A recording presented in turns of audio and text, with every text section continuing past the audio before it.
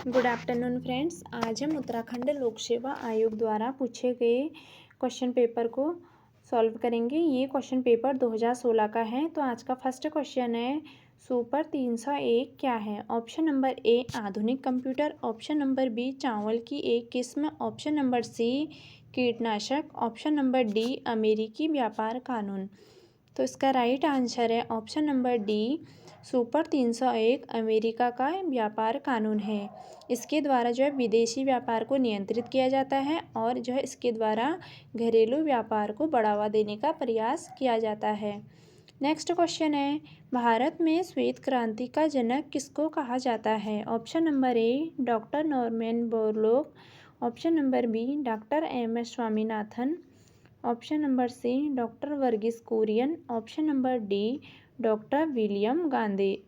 इसका right answer है option number C doctor Verghese Kurien. Doctor Verghese Kurien को भारत में श्वेत क्रांति का जनक माना जाता है। श्वेत क्रांति का संबंध दुग्ध उत्पादन से है। और जो ऑप्शन नंबर ए है डॉक्टर नॉर्मन बोरलॉग, इनको जो है विश्व स्तर पर हरित क्रांति का जनक माना जाता है। Option number B doctor M S. Swaminathan, जो ये हैं इनको भारत में हरित क्रांति का जन्मदाता माना जाता है। अगर विश्व स्तर पर हरित क्रांति का जन्मदाता पूछा जाएगा तो इसका आंसर होगा डॉक्टर नॉर्मन बोरलॉग, और भारत में अगर हरित क्रांति का जन्मदाता पूछा जाएगा तो इसका राइट आंसर होगा option number B doctor M S. Swaminathan. Next question है, भारत में पंचायतों द्वारा निम्न में से कौन सा कर संग्रहित किया जाता है? ऑप्शन नंबर ए बिक्री कर, ऑप्शन नंबर बी सीमा शुल्क, ऑप्शन नंबर सी भू राजस्व, ऑप्शन नंबर डी स्थानीय मेलों पर कर।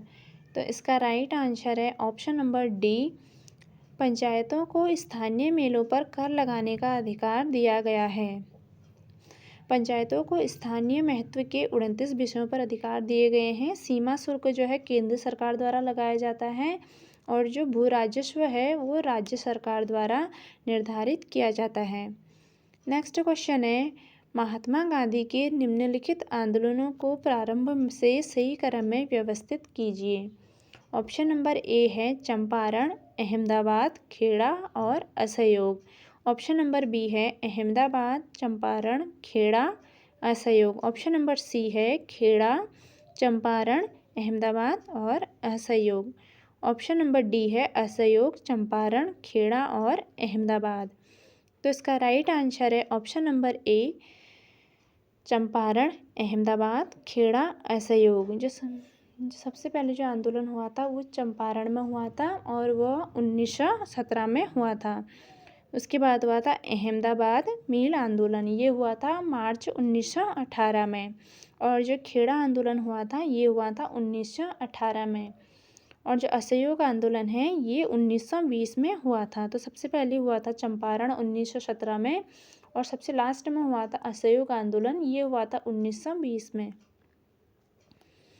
नेक्स्ट क्वेश्चन है, प्राचीन भारत में संगम क्या था? ऑप्शन नंबर ए तमिल कवियों का संघ या मंडल, ऑप्शन नंबर बी तमिल राजाओं के दरबारी कवि, ऑप्शन नंबर सी तमिल बस्ती, ऑप्शन नंबर डी महापाषाण कब्रें। तो इसका राइट आंसर है ऑप्शन नंबर ए, जो प्राचीन भारत में जो संगम था ये तमिल कवियों का संघ या मंडल था। प्राचीन भारत में संगम तमिल कवियों का मंडल था। भारतीय इतिहास में कुल 3 संगमों का आयोजन किया गया था।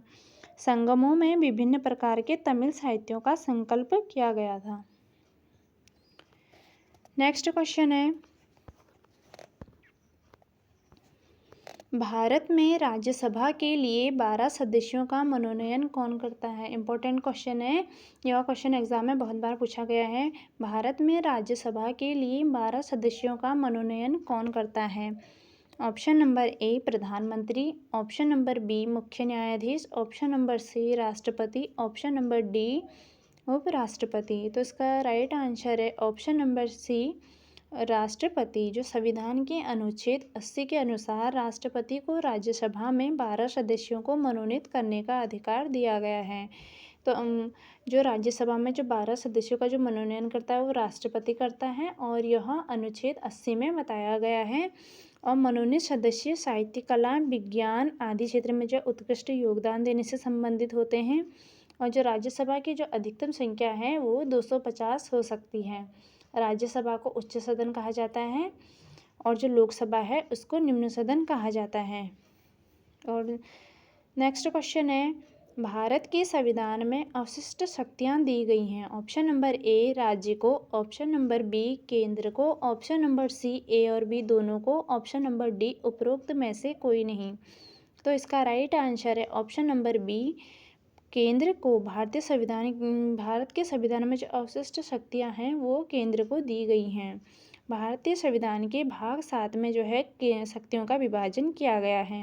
भारतीय संविधान में शक्तियों का विभाजन संघ सूची, राज्य सूची और समवर्ती सूची में किया गया है। इन सूची से जो बाहर के जो विषय होते हैं उनको अवशिष्ट सूची कहा जाता है, जिस पर केंद्र सरकार कानून बनाती है। नेक्स्ट क्वेश्चन है, किस संविधान संशोधन के द्वारा शिक्षा का विषय राज्य सूची से समवर्ती सूची को स्थानांतरित किया गया है। और इम्पोर्टेंट क्वेश्चन है।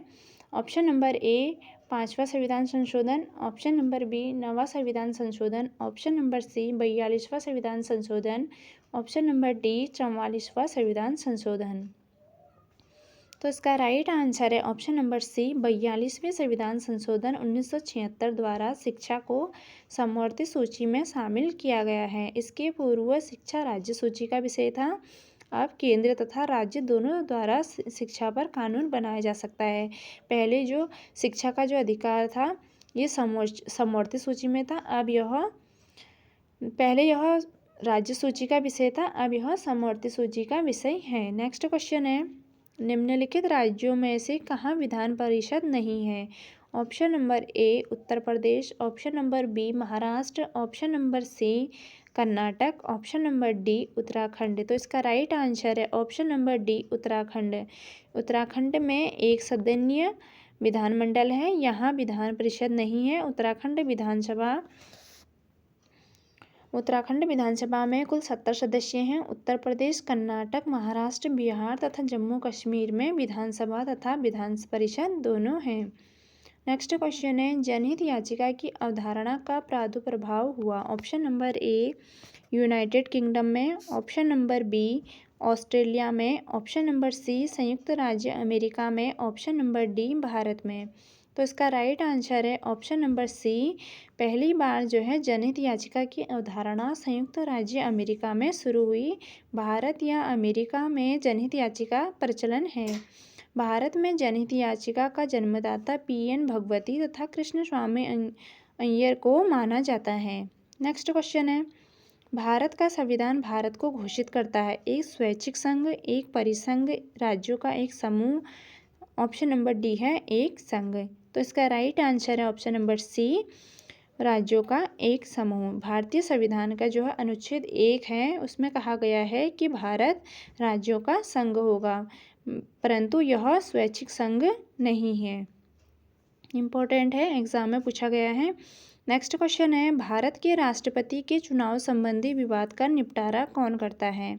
ऑप्शन नंबर ए सर्वोच्च न्यायालय, ऑप्शन नंबर बी निर्वाचन आयोग, ऑप्शन नंबर सी संसद, ऑप्शन नंबर डी उपरोक्त में से कोई नहीं। तो इसका राइट आंसर है ऑप्शन नंबर ए सर्वोच्च न्यायालय। राष्ट्रपति, उपराष्ट्रपति, लोकसभा, राज्यसभा, विधानसभा, विधान परिषद का चुनाव भारतीय निर्वाचन आयोग द्वारा कराया जाता है।